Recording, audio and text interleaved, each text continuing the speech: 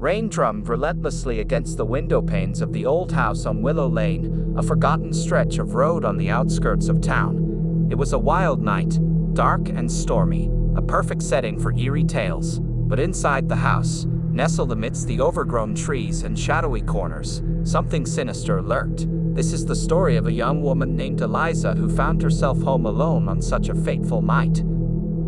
Eliza had recently moved into the old house after inheriting it from a distant relative. With her parents away on a trip, she was left alone to settle into this eerie abode. The house itself had an unsettling presence, creaking and groaning with the weight of its age. Its walls seemed to hold secrets, and its corridors whispered of forgotten mysteries.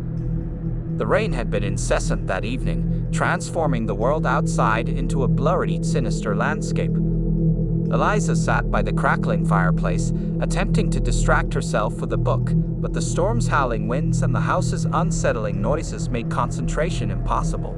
She felt an inexplicable unease, as though unseen eyes were watching her every move. As midnight approached, the power flickered and then abruptly went out, plunging the house into darkness. Eliza cursed softly, fumbling for her phone to use as a flashlight. She wandered cautiously through the pitch-black house, the feeble glow of her phone illuminating eerie shadows that danced on the walls.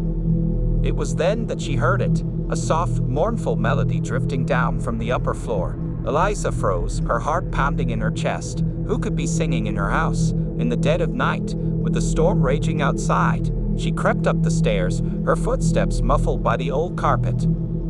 The singing grew louder as she approached the top of the staircase, and Eliza recognized the tune. It was an old lullaby her mother used to sing to her as a child.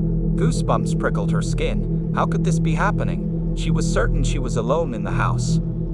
Summoning her courage, Eliza followed the haunting melody to a closed door at the end of the hallway. The singing was unmistakably coming from within. With trembling hands, she turned the doorknob and pushed the door open.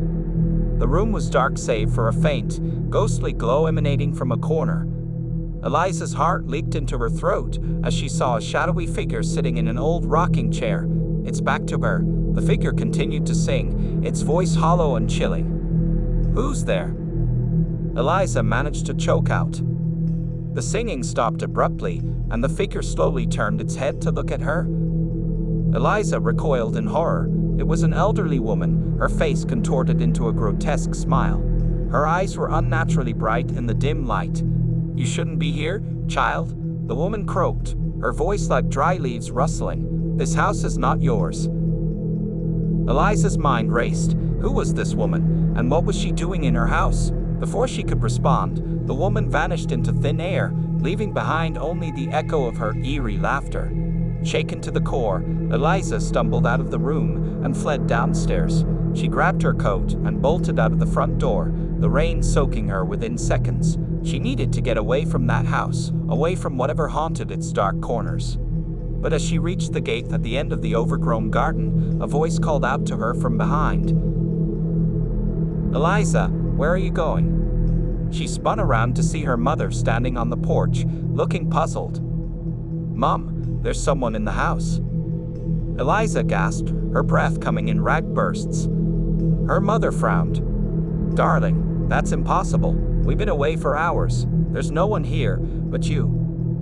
Eliza stared at her mother in disbelief, her mind reeling. Had she imagined the whole thing? It couldn't be. The singing, the woman, it had all felt so real. Reluctantly, she followed her mother back inside, her heart heavy with dread.